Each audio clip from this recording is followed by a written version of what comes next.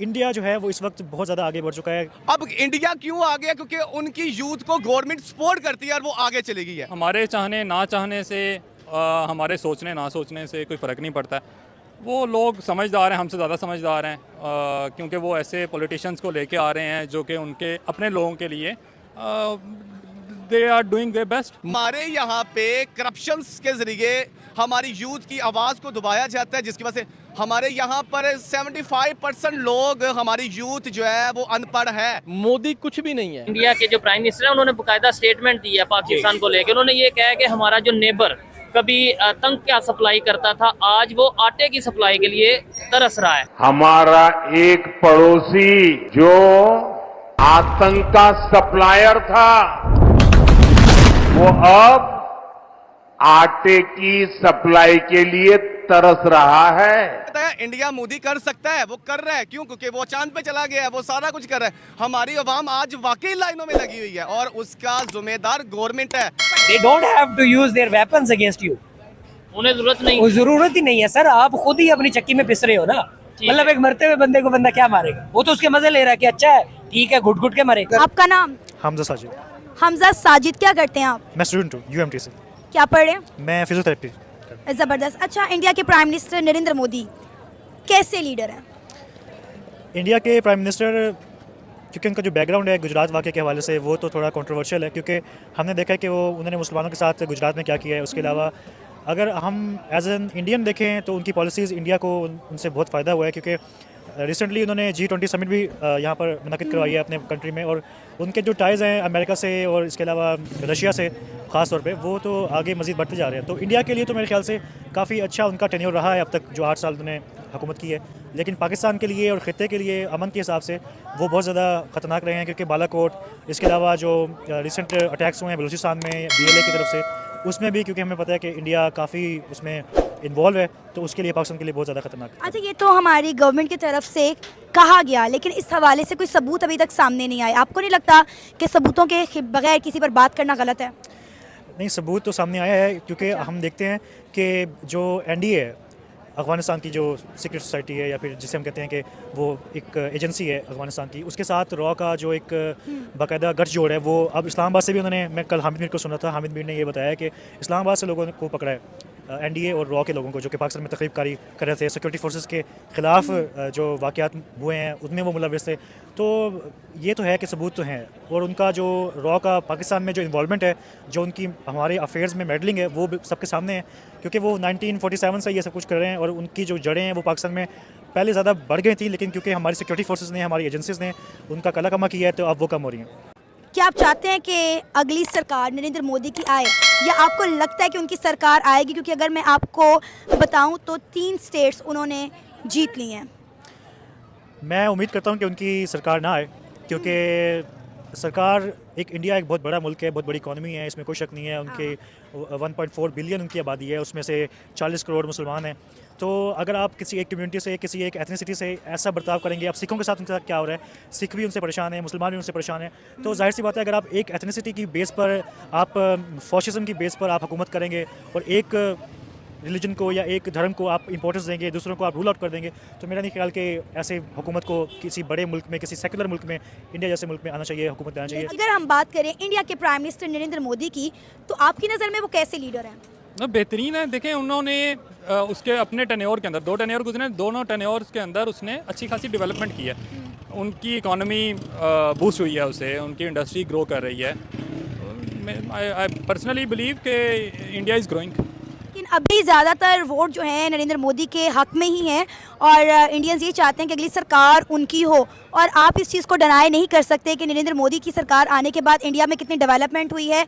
आपने बात की सिखों की, तो जो वाक़या हुआ सिखों के हवाले से वो कनाडा में हुए, ठीक है। अगर ऐसा कोई इशू होता तो वो प्रोटेस्ट इंडिया में होने चाहिए थे, जो कि नहीं हुए। आपने बात की मुसलमानों की, तो हमसे ज़्यादा मुसलमान हिंदुस्तान में रहते हैं, और वो इंडिया के प्राइम मिनिस्टर नरेंद्र मोदी के साथ हैप्पी हैं, क्योंकि बहुत सारी मसाजिद हैं, बहुत सारे जामिया हैं, जिनका इफ्तिताह जो है नरेंद्र मोदी साहब खुद करते हैं। इवन कि उन्होंने अपने नए पार्लियामेंट का इफ्तिताह किया तो मोदी साहब ने वहाँ पर कुरान पाक की तलावत करवाई। मैं इस वक्त किसी की साइड नहीं ले रही, मैं वो बात कर रही हूँ जो मैंने देखी है, वो चीज़ आप लोगों के साथ शेयर कर रही हूँ जो आप लोगों तक नहीं पहुँचाई जाती।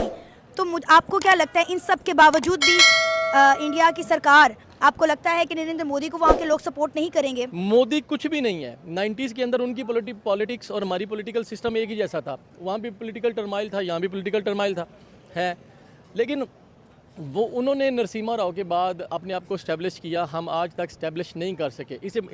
तो हमें, आप अगर 100 की स्पीड से चलें और रॉन्ग डायरेक्शन की तरफ चलें तो आप कभी भी मंजिल पे नहीं पहुँच सकेंगे।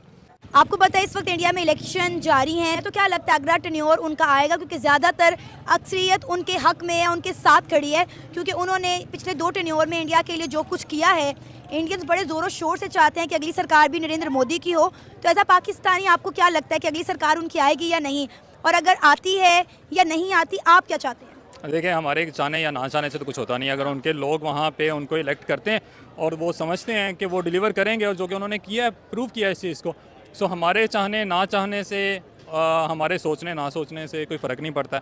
वो लोग समझदार हैं, हमसे ज़्यादा समझदार हैं, क्योंकि वो ऐसे पॉलिटिशियंस को लेके आ रहे हैं जो कि उनके अपने लोगों के लिए they are doing their best, so they are delivering. हर एक चीज़ देख लें, आप टेक्नोलॉजी देख लें, आप इंडस्ट्री देख लें, एग्रीकल्चर देख लें, इन एवरी फील्ड, हर एक टॉप कोई भी ऑर्गेनाइजेशन ले लें आप इस टाइम दुनिया के अंदर, उनके टॉप लीडर्स इंडियंस हैं, CEOs इंडियन हैं। मतलब obviously they are doing something.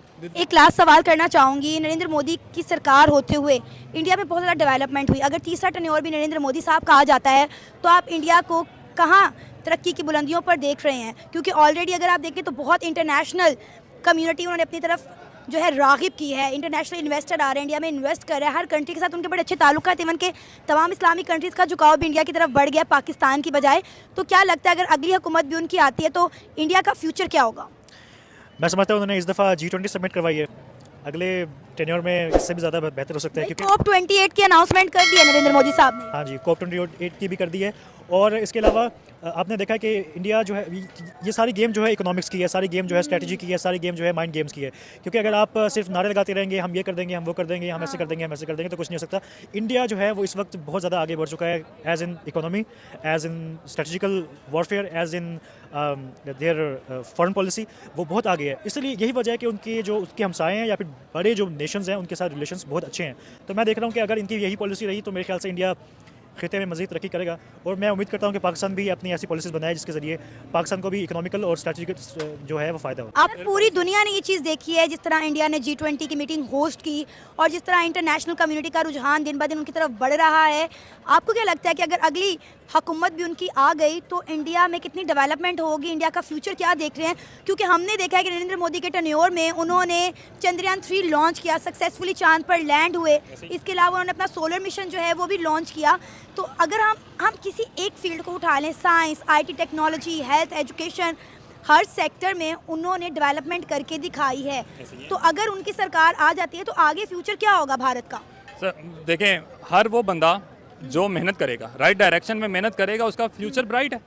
मतलब आप आज करना शुरू कर दें, आपका भी हो जाएगा। आपको या मुझे यहाँ पे खड़े होकर इस तरह की बातें करने की ज़रूरत ही नहीं पड़ेगी। हम अपना अपना काम कर रहे होंगे, हमारे पास टाइम ही नहीं होएगा कि हम इस तरह रोड साइड पे खड़े होकर एक दूसरे का ओपिनियन ले रहे हैं, राइट। सो हम बेसिकली हम सोचते हैं कि हमारा कंपैरिजन उनके साथ बनता है, हमारा कंपैरिजन बनता ही नहीं है। दे आर ग्रोइंग, और हम लोग आज भी बैठे वही डिस्कशंस कर रहे हैं कि भाई आटे चीनी का भाव क्या चल रहा है, राइट। कोई पॉलिसी नहीं है हमारे यहाँ, वो पॉलिसी बना रहे हैं, वो पॉलिसीज़ को परस्यू कर रहे हैं, राइट डायरेक्शन में मूव कर रहे हैं। वो कल को चांद खरीद लेंगे, राइट, वो कल को सूरज के ऊपर ठंडा करके उसे कोई और चीज़ बना लेंगे।